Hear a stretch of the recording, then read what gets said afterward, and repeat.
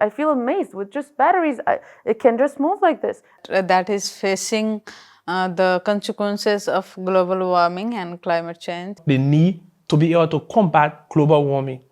I feel amazed with just batteries. It can just move. To be able to combat global warming. That is facing the consequences.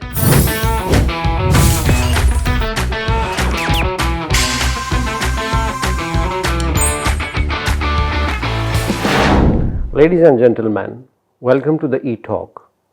At this platform, we discuss about 5 E's, that is Earth, Environment, Energy, Economy and Education.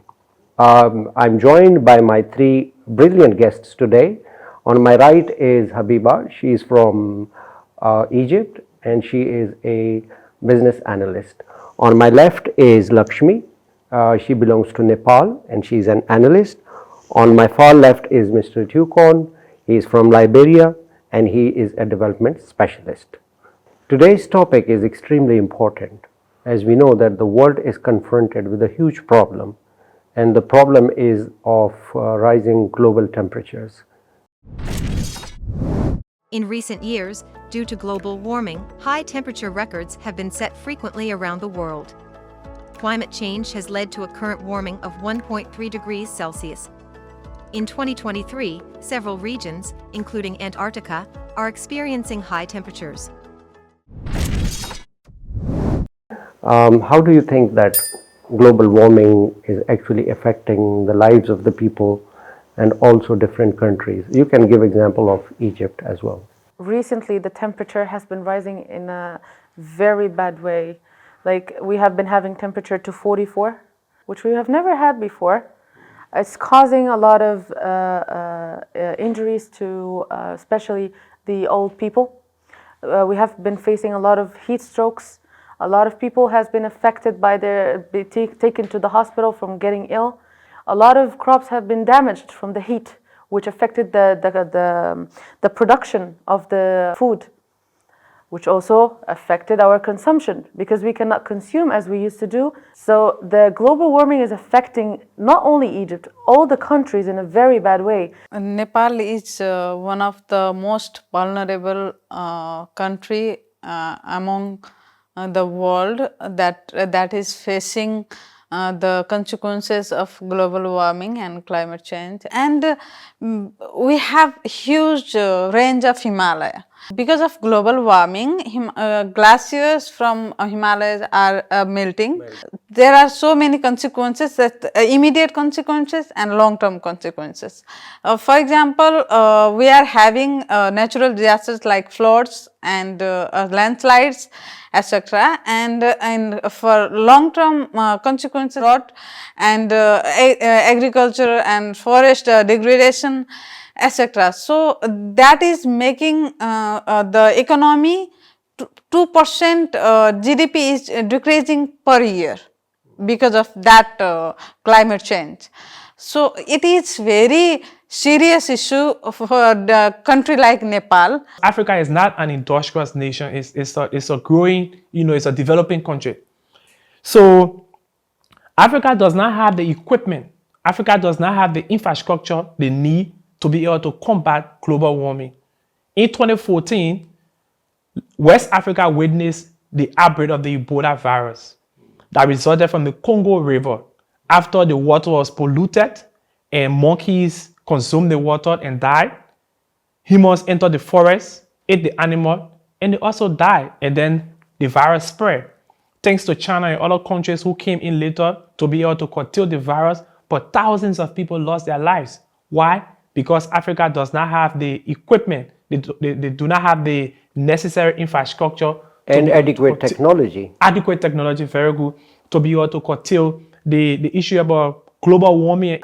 And the way developing states like China and India for that matter, the way they are taking the lead, the way they are taking the measures, and how do you see the approach of China and India for that matter?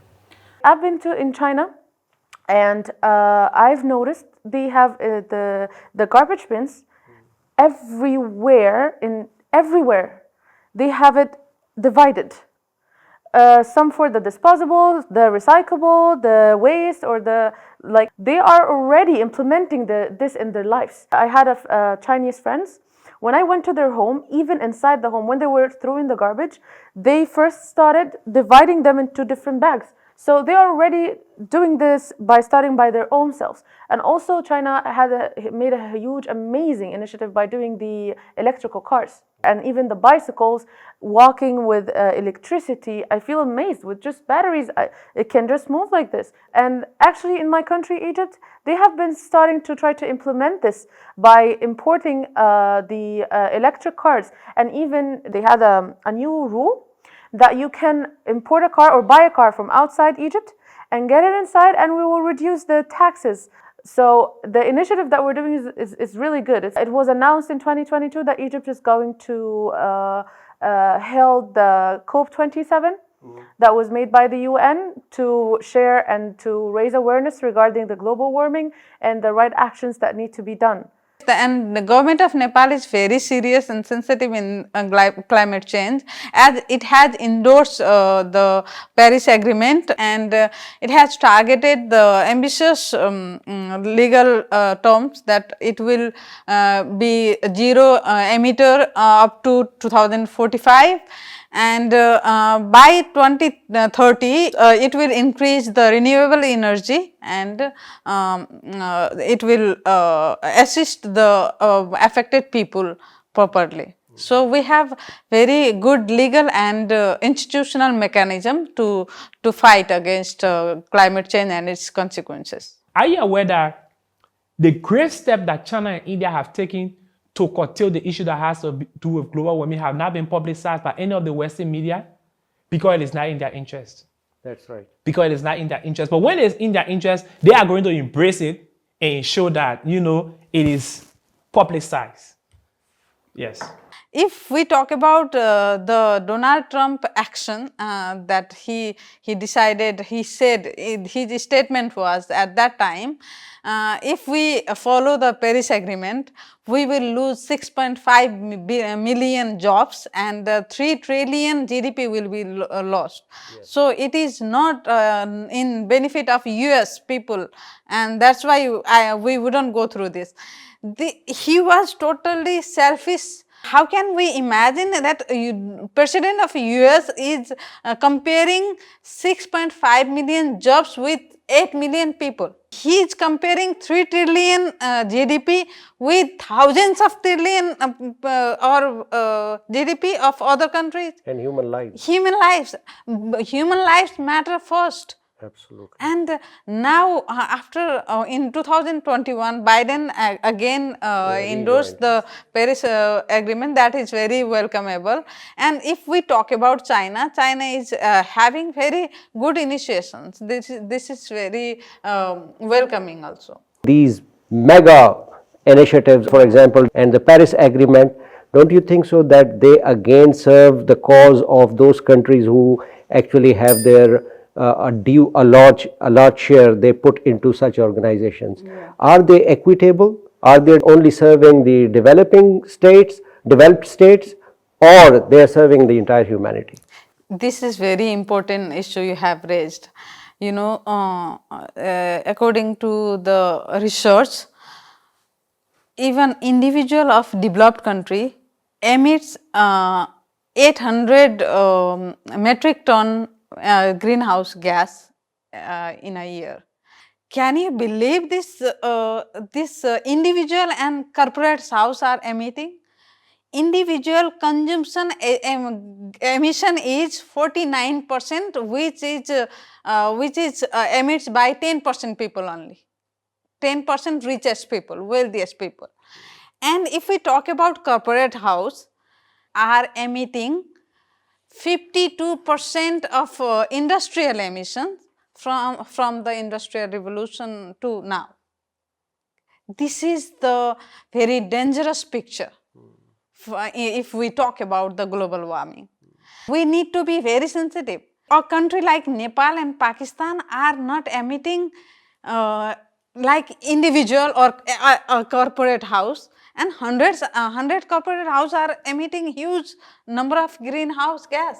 If there is not benefit, they will not talk about environmental protection. This is all about the system that we are holding now. All over the world, it is a liberal political system, economic system that only see the benefits, interest, as I told before, economic interest, personal benefit, corporate benefit, that's it. They don't care about the people, that whether they are vulnerable or they are dying with the several consequences. The whole issue about global warming is very much integrative. It's very much involving. We need to look at it from a whole broader perspective. We need to look at people who are charged with the responsibility to ensure that this problem is solved and charge them to solve the problem.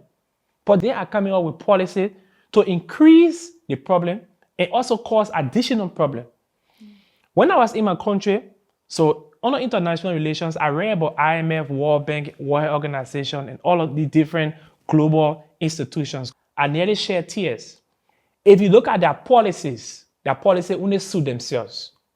The Westerners, their policies do not suit Africa. They do not suit Asia. It is programmed, for themselves. Glaciers are melting, and the world is facing horrendous implications. There are droughts, there are floods around the world. The pattern of weathers are changing around the world. I can give you an example of China. It has pledged that by 2030, they want to make China a carbon emission. Same is the case with India, and other developing states are moving ahead. But unfortunately, it is also the responsibility of the powerful states, of the developed states, that because of them, one way or the other, the developing states are paying a huge price, and there has to be a collective approach to eradicate global warming and to make the world a better place to live in. Thank you.